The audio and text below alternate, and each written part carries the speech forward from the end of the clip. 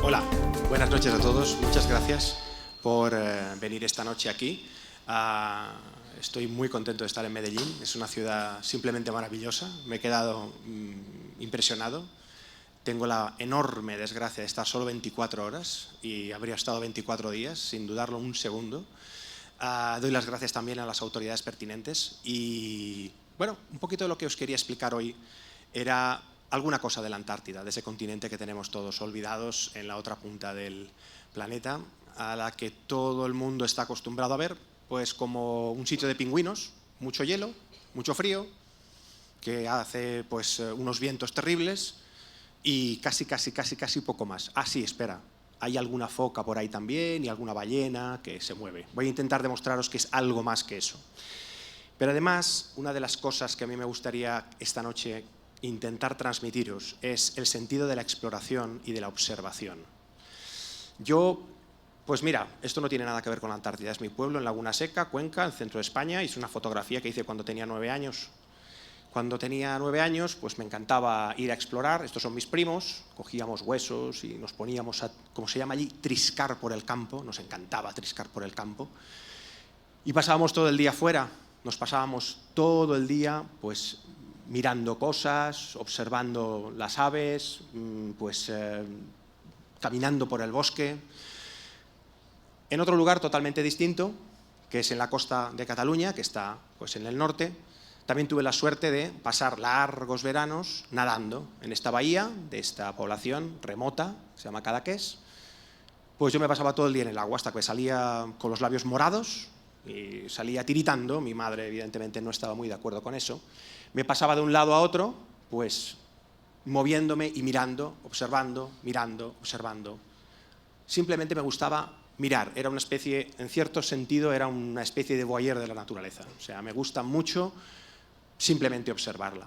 Entonces, a lo largo de mi carrera, he tenido mucha suerte como biólogo marino de poder moverme en lugares como el desierto de Atacama, donde he podido meterme en el agua, también en zonas como el Mar Rojo, donde también me he podido meter en el agua y estudiar, también en zonas como California o incluso como Cancún y como los manglares de Brasil.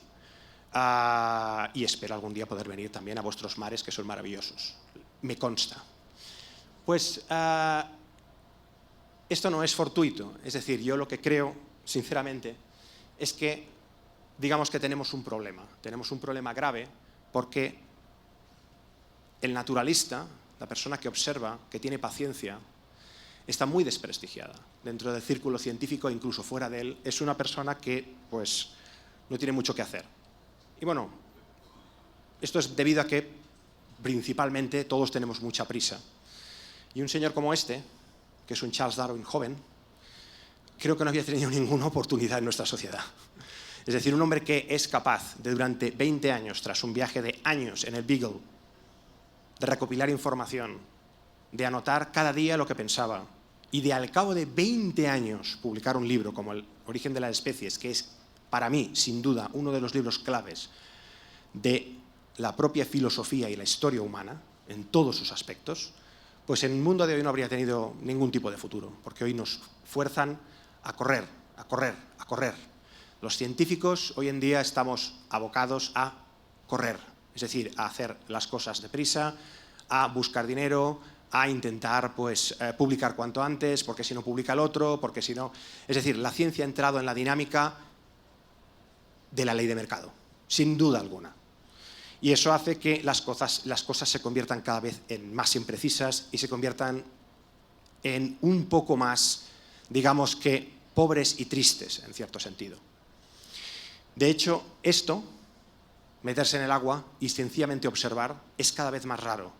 Y yo he de deciros una cosa, la mayor parte de las ideas que yo he podido tener a lo largo de mi carrera profesional, las he tenido haciendo esto, metiéndome debajo del agua o teniendo la fortuna de estar en 3 campañas antárticas. De hecho, un científico, un ecólogo muy importante, estadounidense, que se llama Paul Dayton, dijo en una ocasión que es fundamental el poder observar, el poder ver, el poder tener paciencia, el poder comprender de una forma holística los sistemas y no solo hacer los experimentos que se tienen que hacer también, los modelos que se tienen que hacer también y toda esa serie de cosas que de alguna manera cada vez están restringiendo más nuestra visión de la vida. De hecho, uno de los problemas más graves que tenemos, en mi opinión, es precisamente el verlo todo a través de las pantallas. Es decir, ver lo que otros ven y nosotros no ser capaces de hacer ese acercamiento. Por eso, los sistemas, que pueden ser tan complejos como es este sistema en el Caribe, o puede ser tan complejo como este sistema en la Antártida, este sistema en la Antártida, ¿de acuerdo? Esta observación cada vez la vemos más, incluso los científicos, a través de los reportajes de National Geographic o Discovery Channel. Bueno, ¿por qué la Antártida? A ver, vamos a aclarar algunas cosas. Primero, ir a la Antártida es muy costoso, costosísimo. Con este buque Paul Armstrong, que es el buque rompehielos científico más grande del mundo, solo en combustible, en una campaña de 2 meses se gastan aproximadamente 1.600.000 euros. No sé cuánto es en pesos colombianos, lo siento, no lo sé.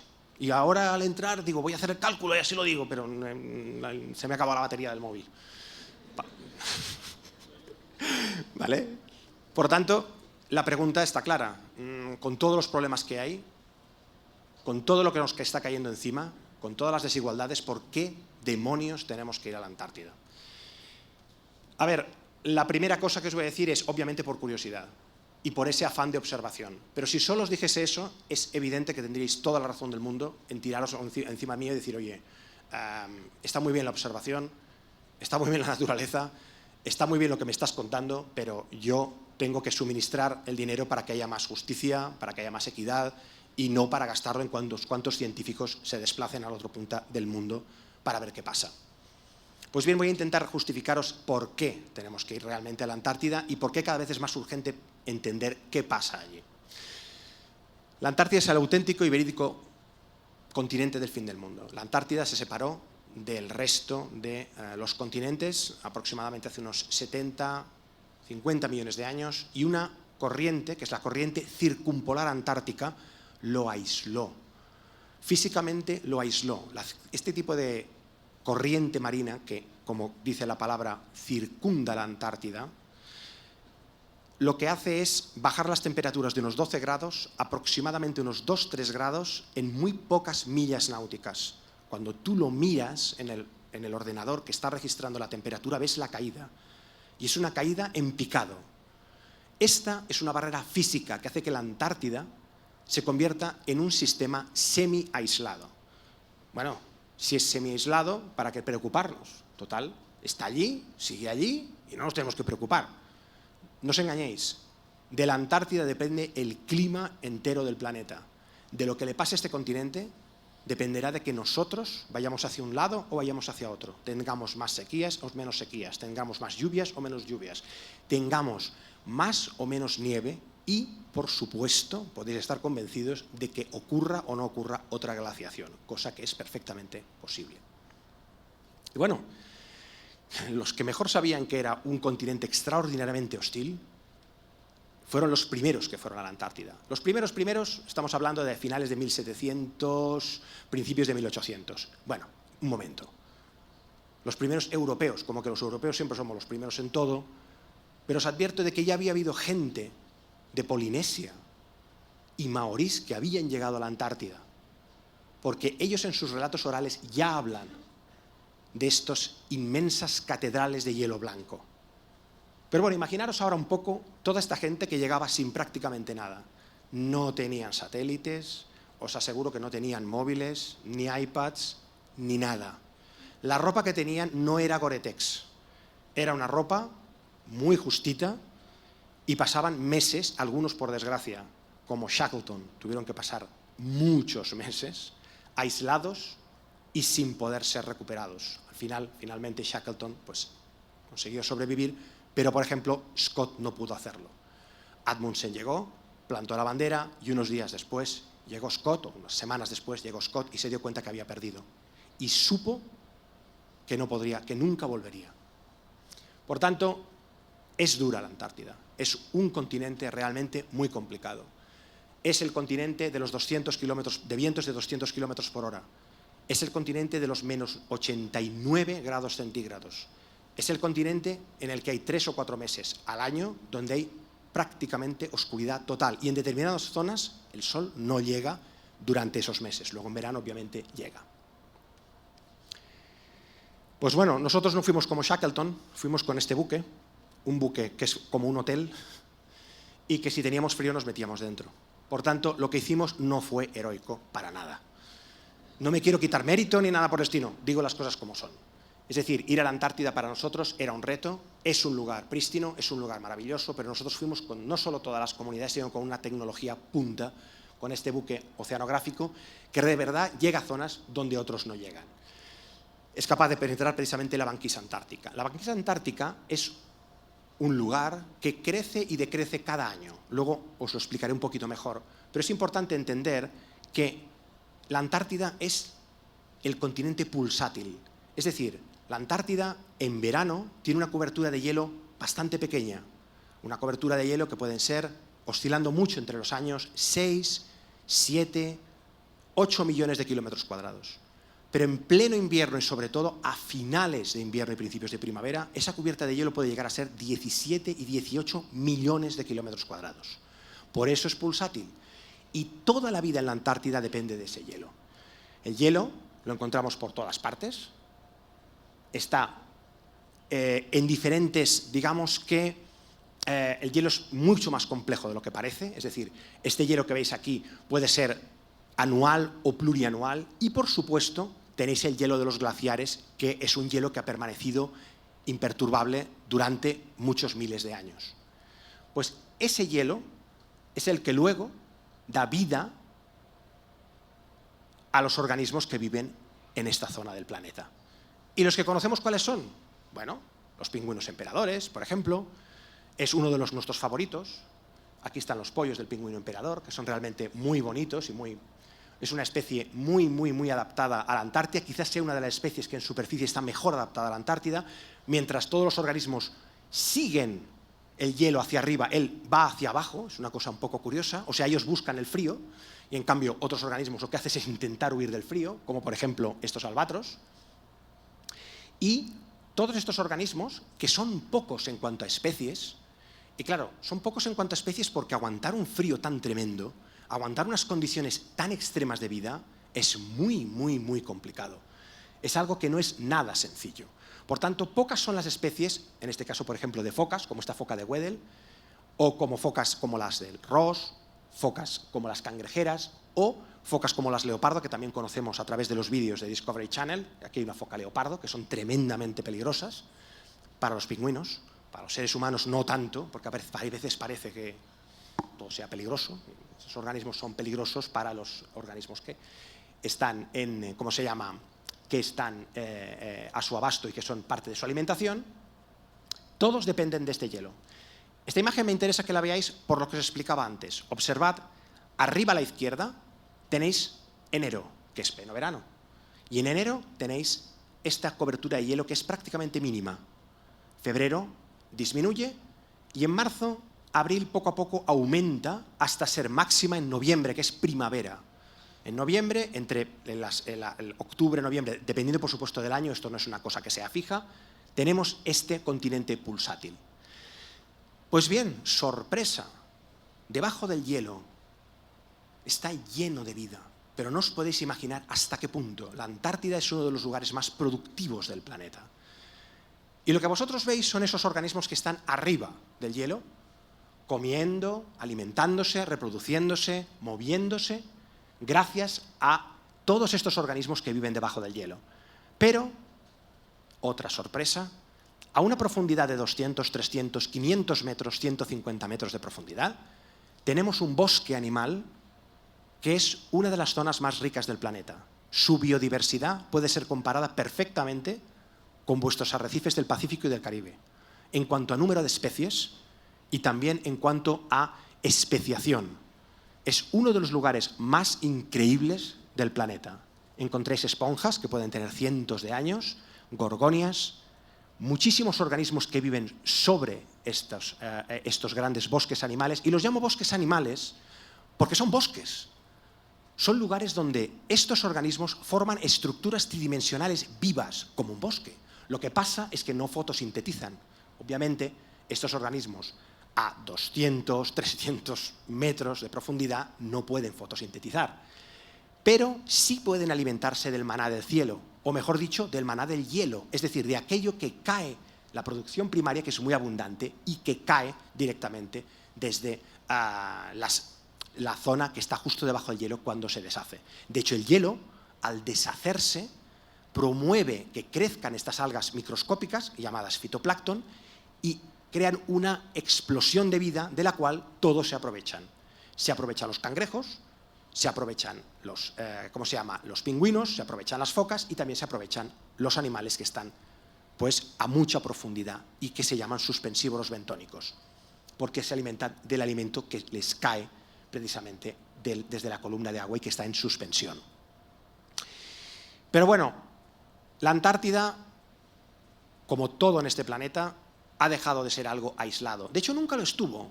Nunca lo estuvo. En la Antártida, en esta zona, se producen varios focos de corrientes profundas, muy frías, que son las que luego se desplazan a lo largo del planeta y hacen que gire toda esa cinta transportadora que para nosotros es invisible, que son las corrientes marinas.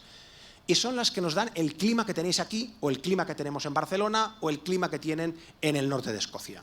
Todas estas inmensas cintas de agua que se van moviendo no son permanentes. Es decir, son cintas que son sensibles a los cambios que hay en la atmósfera. Es decir, los cambios que vienen directamente de la radiación del Sol y que vienen de la atmósfera que se está calentando. Todo aquello que pasa en la atmósfera repercutirá directamente en los océanos y todo lo que pasa en los océanos repercutirá en la atmósfera. Esto que parece bastante obvio, creo que es bastante lógico, ¿no? Todo el mundo dice, bueno, pues esto es bastante lógico. Piensen, que en los años 50-60 los propios físicos atmosféricos y físicos oceanográficos no tenían claro. Los físicos atmosféricos decían, no, hombre, las corrientes marinas no tienen nada que ver. Y los físicos oceanográficos decían, yo creo que sí que tienen que ver, pero no demasiado. Hasta que alguien dijo, oye, ¿no os dais cuenta de que todo lo que está pasando en los océanos repercute directamente en la atmósfera y lo que pasa en la atmósfera repercute directamente en los océanos? Y la gente empezó a pensar y se empezaron a hacer los modelos. Y los modelos nos permiten entender que la Antártida no está tan aislada, porque parte del agua que viene a fluir en estos océanos, y muy importante por cierto, proviene de que la Antártida esté o no fría. Esto es un mapa de calor.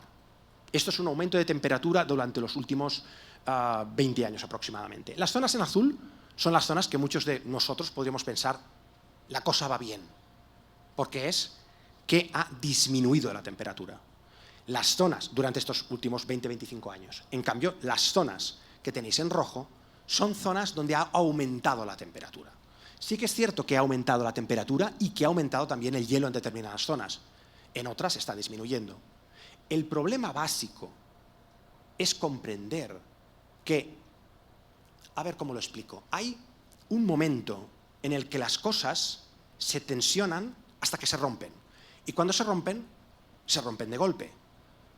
Entonces, lo que los científicos no sabemos todavía es dónde está el límite de tensión. Es como si tú tuvieses un palo, lo vas forzando, el palo no se rompe, hasta que llega un momento en el que se rompe y se rompe del todo, pero se rompe de golpe.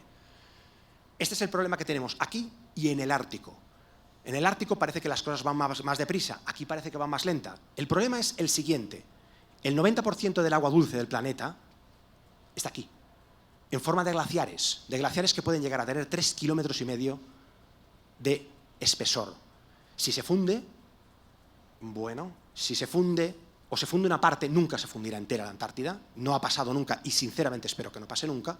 Si se fundiese entera, el nivel del mar aumentaría aproximadamente 70 metros.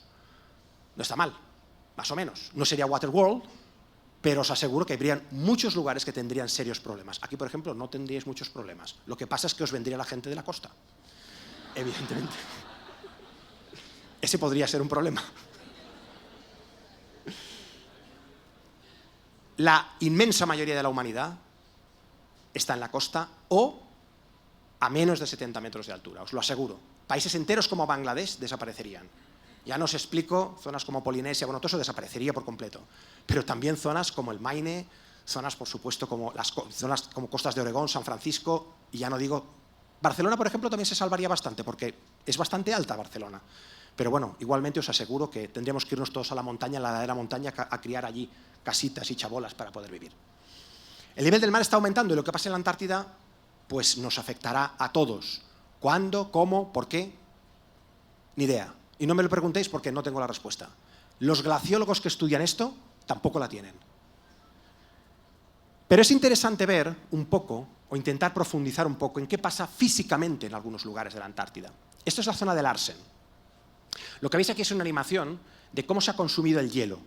Durante, bueno, en algunas zonas en 33 días desapareció. O sea, en 33 días desapareció toda una zona completa de hielo, de unos aproximadamente 3.000 kilómetros cuadrados. No es mucho. En total desaparecieron unos 11.000 kilómetros cuadrados. No es mucho. Me parece que la provincia del Pacífico de Colombia son 87.000 kilómetros cuadrados. No me acuerdo muy bien, yo soy un poco desastre con los números. Pero bueno, eso quiere decir que una octava parte no, tampoco es tanto, hombre. Bueno, no es tanto, pero ese hielo ya no volverá otra vez a formarse con la misma celeridad que a nosotros nos gustaría. Ese hielo ya ha desaparecido. Y esto es debido a que en esta zona las temperaturas están aumentando de una manera bastante considerable. Esta es la zona de Larsen C. Estas fotografías que estáis viendo, por eso me gusta la exploración, son fotografías de zonas que no han salido ni en National Geographic, ni en Discovery Channel, ni en ninguna parte. Todas estas fotos son prístinas. Nadie ha llegado nunca aquí, jamás. Solo nosotros conseguimos llegar y estudiar lo que realmente estaba pasando en vivo. Son zonas, bueno, esto además es pues la puesta de sol, que es todavía más, digamos que más bonito, pero son zonas que tienen problemas. Esto es una cascada de agua, se está deshelando, es normal, tampoco nos alarmemos. Pero lo que sí que era alarmante era esto. Estos son ríos que se forman en los glaciares y en lo que se llama pues, el hielo semipermanente. Y estos ríos lo que hace es que colapse de golpe. En un momento determinado es lo del palo, se rompe. Y se rompe muy rápido. Se rompe de golpe. No sabemos cuánto tiempo tardará, pero lo que sí sabemos es que la zona de Larsen C, que se suponía que iba a durar 100 años más, los nuevos modelos le dan menos de 30. Y por desgracia, en el IPCC de 2014, muchas de estas zonas que se pensaba que los cambios se iban a dar en 50 años, se van a dar en 10 o en 15. Repito, no es cuestión de ser agorero, es sencillamente lo que pasa y lo que nosotros estamos registrando. Pero vamos a pasar a cosas un poquito más bonitas, va. En el fondo de mar de esta zona hay una fauna increíble, hay una fauna espectacular, nunca vista. Estos organismos que veis son organismos muy primitivos, son organismos que viven, también suspensívoros bentónicos, que viven y que en estos momentos, muchos de ellos, ¿de acuerdo?, han estado durante miles de años completamente aislados de lo que es la rueda natural, por decirlo de alguna manera, de esa producción primaria que os explicaba. Y están siendo, poco a poco, sustituidos por los organismos que sí que están acostumbrados a esa gran cantidad de alimento que les viene del hielo. ¿Por qué? Claro, porque estos organismos vivían debajo de un hielo semipermanente, que como mínimo tiene 10.000 años de antigüedad. Es decir, es un hielo que como mínimo no ha sido perturbado durante los últimos 10.000 años y que sí que ha colapsado. ¿De acuerdo? Entonces, todo lo que está pasando... Ay, perdón. Esto, o yo tengo el dedo muy rápido o esto es muy sensible. Todo lo que está pasando en esta zona se está estudiando para entender cuál será el futuro de la Antártida. Es decir, cuál será el futuro de las comunidades del fondo y de los organismos que viven también en superficie. Los pingüinos se ven afectados, las focas se ven afectadas, pero lo más importante de esto es que no solo estos organismos se ven afectados, sino, evidentemente, todos nosotros, porque lo que esté pasando allí nos va a ir repercutiendo en nuestro día a día. Recordad esto, todo lo que pase en la Antártida nos va de una o de otra manera a influir directamente en nuestro, digamos, en el clima que gobierna el planeta y en los diferentes climas locales que nos pueden estar afectando en cualquier lugar del mundo. Los organismos, además, están afectados por el cambio climático directamente, no solo por la desaparición de hielo, sino también por el aumento de temperatura y por la acidificación. El aumento de temperatura, bueno, a ver, estos organismos están acostumbrados a vivir en una temperatura entre 1 grado, 2 grados sobre cero y menos 1,8, como máximo 2 grados menos por debajo de cero, ¿de acuerdo? Es un rango de temperatura muy bajo. Todos ellos están acostumbrados a ese tipo de temperatura. Si les aumentamos la temperatura a 5 grados, muchos de vosotros, esto yo lo llegué a oír de Michael Crichton, que me quedé alucinado y dije, este hombre se supone que es inteligente. Este hombre dijo, no, pero ¿qué diferencia hay de 1 grado o de 2 grados? Bueno, para nosotros ninguna. Ya os lo digo ahora. No hay esquimales. Están adaptados al frío. No hay gente que vive todo el año en Bogotá a 2.500 metros de altura y que, por tanto, está acostumbrada al llamado mal de altura. Por supuesto. No hay gente que está viviendo en medio del Congo o gente que está viviendo como tuaregs en el Sahel. Por supuesto. Nosotros somos una especie extraordinariamente adaptable. Tenemos una capacidad de aceptar frío y calor porque además tenemos la capacidad y la tecnología para hacerlo. Sea tecnología primitiva o moderna, llamarlo como queráis. Pero somos muy capaces de adaptarnos. Pero estos organismos no. Estos organismos, la diferencia de 2 o 3 grados de temperatura puede significar que no puedan metabolizar y que no puedan ejercer, por decirlo de alguna manera, sus roles de reproducción, dispersión, alimentación, respiración con normalidad. Y por tanto, pueden estar severamente afectados. Pero hay otro problema que es un poquito más oscuro. No sé si alguno de vosotros ha oído hablar de la acidificación de los océanos. Bueno, por desgracia, el CO2 trae 2 cosas. Aumento de temperatura, pero en los océanos, que son los que absorben una gran cantidad de CO2, 30-40%, también hace que aumente de alguna manera la acidificación, es decir, que baje el pH. Esto que parece muy extraño y muy raro, lo que implica básicamente es que muchos organismos se verán directamente afectados porque al bajar el pH no podrán ejercer sus funciones metabólicas normales. Y esto ya se está constatando y ya se está viendo. La acidificación de los océanos es otra realidad mucho menos conocida. Yo creo que se empezará a conocer todavía más a nivel de público en general, ahora que se está haciendo un gran esfuerzo por transmitir la información. Y es un efecto colateral del aumento de la temperatura, el aumento del CO2 y del cambio climático. Y afecta a todos los organismos del planeta en el agua, por supuesto, tanto en aguas dulces como en aguas saladas. Pero hay más cosas en la Antártida. Hay algunas cosas más a apuntar. La Antártida es de todos. La Antártida es vuestra. No sé si lo sabíais, pero es absolutamente vuestra. Todos vosotros sois dueños de la Antártida. Y, por tanto, nadie es dueño de la Antártida. Cuando algo es de todos, pues no es de nadie. Es la tragedia de los comunes, the tragedy of commons, que lo que viene a decir básicamente es, bueno, pues que gane el mejor, ¿no? Si es de todos, si nadie lo reclama, es verdad, hay un tratado antártico. Pero ese tratado antártico es un tratado que legalmente no impide que vosotros vayáis a hacer minería en la Antártida. Entonces, hasta ahora, no ha habido intención de hacer minería en la Antártida y el propio tratado antártico protege, por decirlo de alguna manera, de la minería.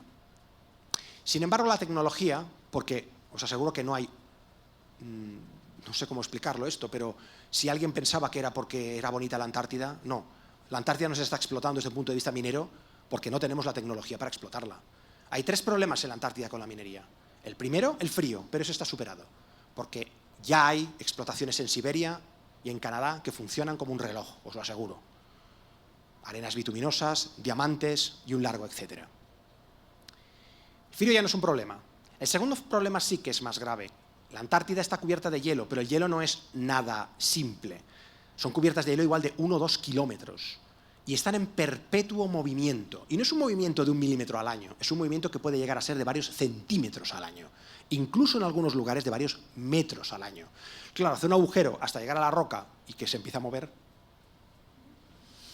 pues es un poco complicado. Pero eso se está empezando a solucionar. Porque tenemos tecnología para lo bueno y también para lo no tan bueno. El otro problema de la Antártida son los icebergs. Es otro problema logístico para la minería. No se puede explotar gas o petróleo en los mares de la Antártida porque en el Ártico hay icebergs, pero hay poquitos y son pequeños. En la Antártida los icebergs pueden llegar a tener 100 kilómetros de largo. Eso no lo paras, ni que lo bombardees con misiles, ni hagas absolutas imbecilidades. No lo paras, eso no lo puedes destruir. Y por lo tanto, si tienes una plataforma en medio del mar explotando el petróleo o explotando una bolsa de gas, te viene un iceberg de ese tamaño y no hay nada que hacer. A principios de los 80 se contabilizaban a través de satélite unos 80.000 icebergs, pero con el cambio climático eso ha pasado prácticamente a 250.000.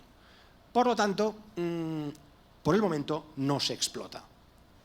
Mi opinión personal, se explotará, porque obviamente lo vamos a necesitar para nuestros móviles, nuestros iPads y todas estas cosas. Caladeros remotos, la pesca, no tan remotos ya se está pescando activamente, no me extraña. Más del 90% de los caladeros y los stocks en el mundo de pescado están explotados, sobreexplotados o colapsados. Más del 90%. Esto no es una cifra así esotérica de leyenda urbana. Os metéis fao.org, buscar el último informe de la FAO, de Sofía, que es del 2014, que son datos, si no recuerdo mal, del 2012. Léeroslo. Hay una versión en castellano. Léeroslo. No creo que os guste demasiado. Es decir, más del 90%. ¿Cuáles son los caladeros que no están explotados? Estos. Y ya, por supuesto, los barcos se han desplazado porque la tecnología también les permite desplazarse hacia la Antártida. Y bueno, luego tenemos un problema que es el turismo. A ver, el turismo es bueno y es malo. A mí me gusta que haya turismo en la Antártida porque el turismo implica que la gente se conciencia. Es un turismo de élite. Un billete a la Antártida te cuesta entre 8 y 15.000 dólares. De acuerdo, es de élite. No digo que no, pero a mí no me desagrada que haya gente que entienda el problema y que sea capaz de transmitirlo. El turismo sirve para eso también. La gente que viene aquí a Medellín lo que hará será maravillarse de la ciudad. ¿Qué pensáis que haré yo cuando vuelva a Barcelona? Vamos, yo les voy a decir a todos mis amigos que vengan aquí corriendo. Pues esto es una maravilla. Igual que Bogotá, me ha encantado. O sea, ya sabía que Colombia era bonita, pero macho, es que es impresionante. Entonces, ¿qué pasa? Que eso me gusta, pero el problema es, estos turistas no son malos. Lo que pasa es que consigo traen especies invasoras. No se ve muy bien. Ahí hay una ladera, ¿de acuerdo? Esa ladera, aquí hay un fallo, y es que no conseguí hacer la misma foto en el 2000. En el 2000, esa ladera que se ve así como verde, era gris, porque no habían plantas. Cuando fui en el 2011, era totalmente verde, y de un verde esmeralda precioso, de una planta invasora. Hay animales invasores y plantas invasoras que no son perjudiciales, pero hay otros que sí. Y estos son los que pueden también romper la dinámica de los ecosistemas, cadenas tróficas, etc. Y esto es un problema muy grave y muy difícil de controlar en la Antártida. Bueno, perdón, es un tema muy difícil de controlar en todo el mundo. Lo último que os quería explicar, que os quería enseñar, era precisamente lo del Tratado Antártico. No sé si sabéis que la Antártida ya está dividida. Hay una serie de países que han dicho, bueno, esto es mío, esto es mío, esto es mío y esto es mío. Por supuesto, esto es virtual y es una gran tontería. Si os fijáis, ¿qué países no hay aquí? Estados Unidos, Rusia y China. Y Alemania. ¿Por qué? No lo necesitan, os lo aseguro. Si algún día se reparte la Antártida, relajaos. Van a estar en la mesa de negociaciones. Y van a estar además en la cabecera. Estarán bebiéndose el mejor vino. Y el resto de los países tendrán que acatar evidentemente lo que digan esos 4 países y otros países que también tienen mucho poder. Sin embargo, pues bueno, se ha hecho este mapa virtual y la gente de Australia pues ha reclamado su parte, Nueva Zelanda su parte, Francia una pequeña parte, muy pequeñita, mira, ha dicho yo, con esto me conformo, va. Y Inglaterra o Gran Bretaña, Argentina y Chile pues se han dedicado a pelearse por toda la zona de la península, ¿vale? Y se solapan las zonas, que evidentemente, repito, esto no es nada legal. El Tratado Antártico existe, es un buen tratado, es un tratado ejemplar para la humanidad, se hizo en la Guerra Fría y los primeros que se sentaron fueron los países partícipes o punteros en la Guerra Fría. Y se sentaron y firmaron el Tratado Antártico en el que de alguna manera se decía la Antártida no se toca. Lo cual nos fue muy bien a nosotros los científicos, porque todo el mundo quiso hacer bases antárticas científicas porque en la Antártida no pueden haber armas. Pero sí que pueden haber científicos. Los científicos dijimos, es nuestra oportunidad. Y fuimos todos para allá a estudiar la Antártida gracias a un problema realmente político. Porque si no fuese por la política, nosotros los científicos aquí a la Antártida, 1.600.000 euros, os aseguro que en gasoil no lo podíamos pagar. Y la Antártida, en ese sentido, es, creo, de verdad, en mi modesta opinión, la oportunidad que tenemos para hacer las cosas de una vez bien. Es decir, bueno, vamos a intentar hacer las cosas como se tiene que hacer. Pero no hemos empezado muy bien porque ya el año pasado se intentó hacer una enorme zona de exclusión pesquera y nadie se puso de acuerdo. Y por supuesto se pesca. O sea que esa gran reserva marina que se quería hacer, pues no existe. ¿De acuerdo? Y... ¡Ay, perdón! Entonces, un poquito la idea, en mi opinión, es ¿cuál es el camino?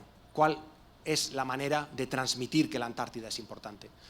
Hay muchas, desde luego hay muchas, pero los científicos tenemos un papel muy importante porque somos los que estamos allí y somos los que tenemos que hacer el esfuerzo real, auténtico, de llegar a la gente y de que entienda que también es importante. Ya lo sé, todo es importante, ya lo sé, pero en este caso, a mí lo que me da un poco de pena es que precisamente ese lugar tan remoto que realmente nos va a influir y nos influye en el día a día, aunque no nos demos cuenta porque está en un lugar tan lejano, nos tiene que, de alguna forma, permitir, o sea, este sitio tan alejado, los científicos nos tienen que permitir intentar introducirlo a través de divulgación del tipo que sea. Novelas, libros para niños, oye, lo que sea. También he de deciros una cosa, y esto es de alguna manera como cosa final lo que os quería decir para concluir. El medio ambiente no está de moda. Todos lo diréis, no es verdad, sí que está de moda. Pues no lo está. Yo creo que a la gente, el medio ambiente al final le importa muy poco. La realidad es esa. Pero os voy a hacer la pregunta siguiente.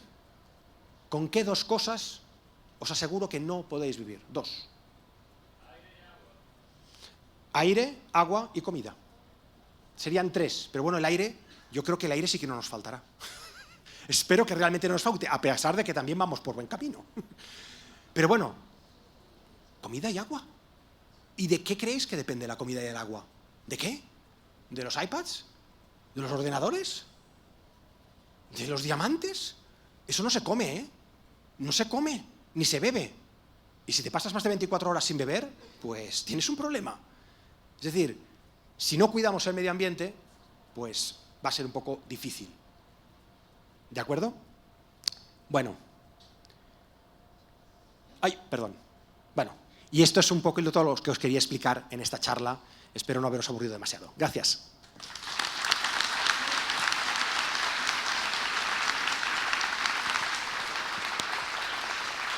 Ahora, ¿tenemos tiempo? ¿Sí? Vale, entonces os voy a pasar un vídeo. ¿Sí? Si no recuerdo mal, dura 5 minutos. ¿Por qué creo que vale la pena ver el vídeo? Creo que vale la pena ver el vídeo porque es un vídeo hecho en la zona Larsen y es un vídeo que no ha visto nadie. Es imágenes que ni National Geographic ni Discovery Channel, os lo aseguro. Esto lo veréis vosotros y, pues, francamente, no sé. Pero mucha más gente no va a ver. Y cada vez que tengo una charla lo enseño. Estoy obsesionado.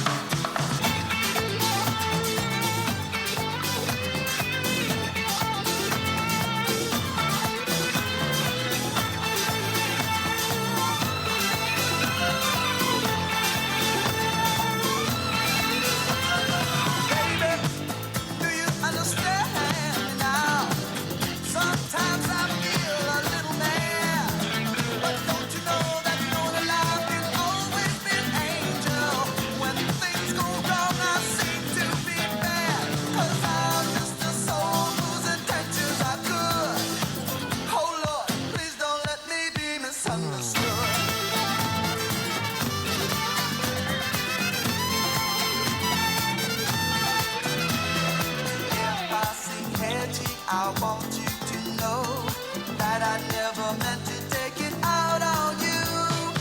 Life has its problems and I've got my share. That's one thing I never meant to do, 'cause I love you, baby. Don't you know I'm just human, and I've got thoughts like any other man. And sometimes I feel myself alone, regretting some foolish thing I've done. 'Cause I'm just a soul whose intentions are good. Oh Lord, please don't let me be misunderstood.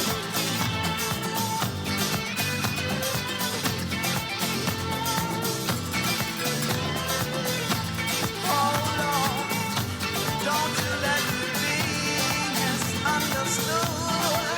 Don't let me be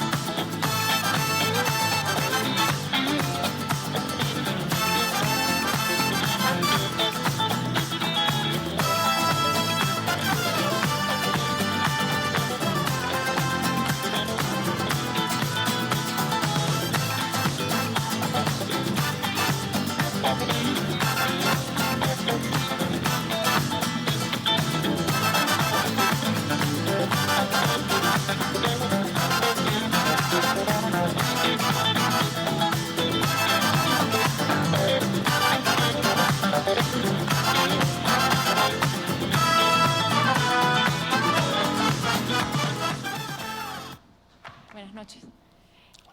Yo tengo también dos preguntas.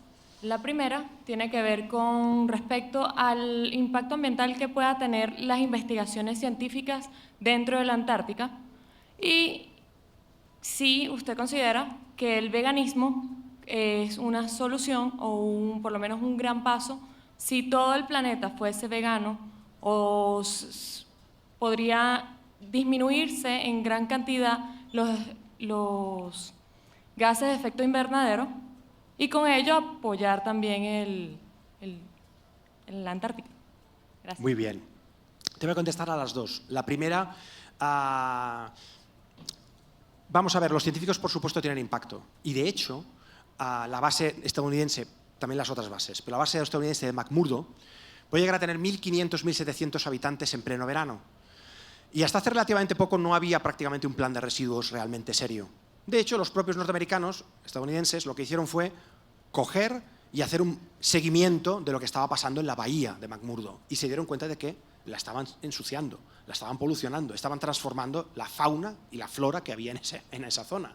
La estaban transformando de forma bastante profunda, además. Hay trabajos científicos que hablan de ello, de un hombre que se llama Schiaparelli. O sea que sí.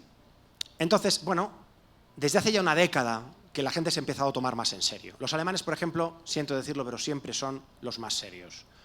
Los alemanes, por ejemplo, lo que hacen es, tienen una bolsa, los que viven 15 meses tienen una bolsa, un tubo. Bueno, en ese tubo van sus heces y ese tubo se mete en un bidón y se lo vuelven a llevar a Alemania. Solo te digo eso. Los alemanes son muy serios con los residuos. ¿Que le meten la pata también? Seguro. Pero el hecho de que cada persona tenga su propia bolsa para recuperar sus propias heces, que luego se lleven a Alemania, dice bastante de cómo se lo están tomando de en serio. Respecto a lo de vegano, mira, lo que te puedo decir, esto es algo totalmente subjetivo. Somos omnívoros, a mí me gusta la carne, pero hay una cosa que sí que tengo muy clara. Hemos pasado de tener una dieta básicamente basada en pues, vegetales, que es lo que más comíamos, a tener cada día carne en el plato. Ahora parece que si no comes carne una vez al día no has comido. Es uno de los tantos absurdos a los que estamos llegando. La carne es muy barata, pero la gente tendría que preguntarse por qué es muy barata y qué repercusiones tiene. Pero a la gente le importa un pepino. Por eso te decía antes lo del medio ambiente. Porque yo hace muchos años que trabajo en esto, estoy en primera línea y veo las cosas en primera línea y veo que, en el fondo, todo el mundo te dice, hostia, tienes razón, esto es terrible, esto es horroroso, ¿qué estamos haciendo? Pero a nadie le importa nada, en el fondo. Porque la gente sigue teniendo suministros en el supermercado, la gente sigue teniendo luz, energía, sigue teniendo un estatus de vida que le permite mantener el ritmo. Y además cada vez lo tenemos más y más y más. Por tanto, sí, es decir, no te voy a decir ni mucho menos, yo no voy a ser vegano nunca, pero sí que te puedo decir que es como lo de ir en bicicleta. A mí nunca me va a hacer daño una persona que sea vegana, todo lo contrario. Y si en el planeta hay el 50%, pues mejor para todos.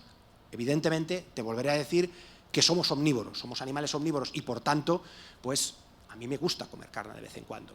Pero también es cierto que es lo mismo que me está pasando con el pescado. Yo cada vez como menos pescado, porque estoy metido directamente en estas cosas y me estoy dando cuenta de lo que pasa en primera línea. Y bueno, ya llega un momento que ya no sabes qué comprar. Este no puedo comprarlo porque es un gran carnívoro y por tanto sé que está perjudicando el ecosistema de esta manera. Esto no lo puedo comprar porque, claro, resulta que viene de acuicultura que está viniendo de los manglares, lo están destruyendo. Esto no lo puedo comprar, es salmón, viene de los fiordos de Chile y por tanto allí se están destruyendo los fiordos de Chile a través de eutrofización de las aguas. Este tampoco, llega un momento que me quedo y la pescatera me dice, bueno, ¿te decides o no? Y tú, que no sé qué comprar, porque ni siquiera me das información para saber qué puedo comprar. Y se puede hacer bien. Y lo podríamos hacer maravillosamente bien. Las herramientas existen, te lo aseguro, pero no las estamos aplicando.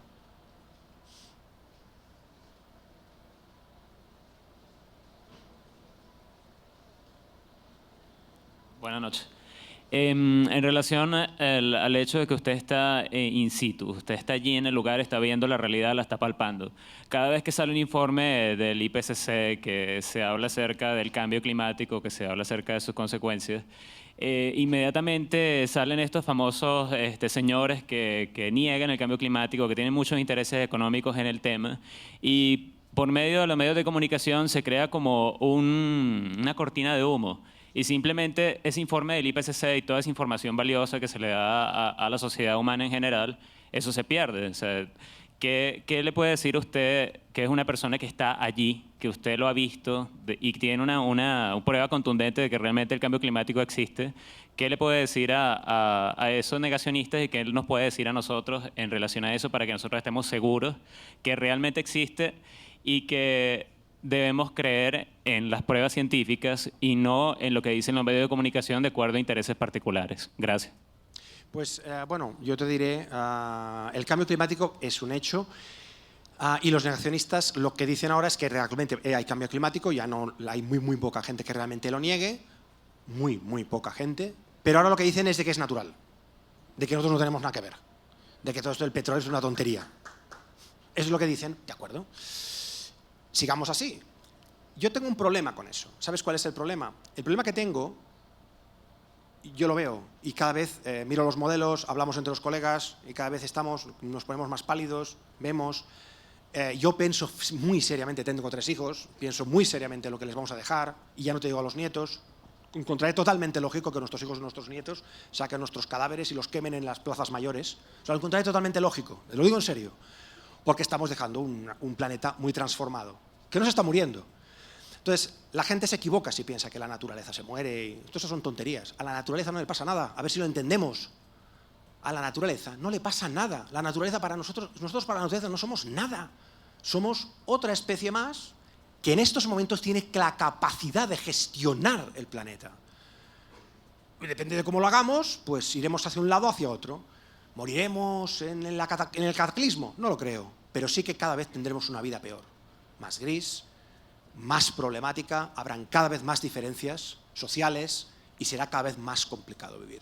Esa es mi opinión. Y lo que me da rabia es que las herramientas existen y toda la información existe. No os engañéis, está. Os prometo, está.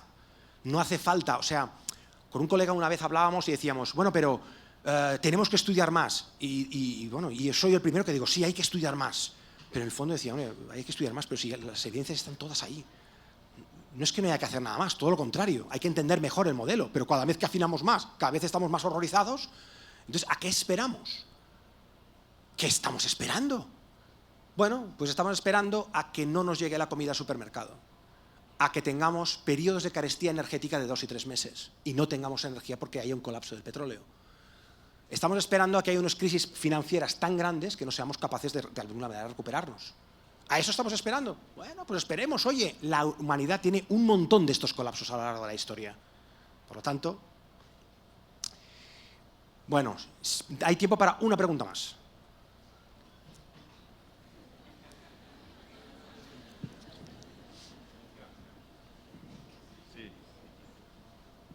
Precisamente es una curiosidad porque entendí, al comienzo hablabas de que ibas a decir algo sobre la capa de ozono. ¿Sí? Sí, no lo saqué, vale. La capa de ozono se está recuperando y fijaros que lo de la capa de ozono es una cosa curiosa. En 1987, si no recuerdo mal, hubo la alarma total de la capa de ozono, se registró esta disminución drástica de la capa de ozono y se tomaron medidas. Por primera vez y última, se tomaron medidas y realmente hubo una reconversión de los CFCs, es decir, los clorofluorocarbonos, se dejaron de fabricar paulatinamente y se sustituyeron por otras cosas que eran menos perjudiciales. La capa de ozono se está recuperando, poco a poco, se está recuperando. Yo creo que, como todo, si lo dejas que se recupere, pues continuará a unos niveles que a nosotros como seres vivos nos conviene, porque los rayos ultravioletas, si llegan, nos fulminan. Os lo puedo asegurar. O sea, vivir con una capa de ozono prácticamente inexistente implica que no podamos vivir. Ya está, no hay más que explicar. Y que plantas y animales se vean seriamente perjudicados. Ahora bien, yo creo que es la única vez, ahora que tenemos un problema mucho más grande, no hay manera de que nos pongamos de acuerdo en disminuir, en energías alternativas, en lo que decía la colega, en bajar un poco el listón y decir, bueno, vamos a intentar ver cómo podemos hacer los procesos de distribución de alimentos, fabricación de alimentos un poco más de forma coherente, agua, etc. Es la única vez que realmente, por el momento, hemos conseguido sentarnos y hacer algo drástico, porque aquello fue realmente muy drástico. O sea, todo el mundo estuvo de acuerdo. Quizás también porque era fácil, entre comillas, es decir, no era tan complicado. Pero bueno, ahí está. Bueno, pues muchísimas gracias. y hasta la próxima.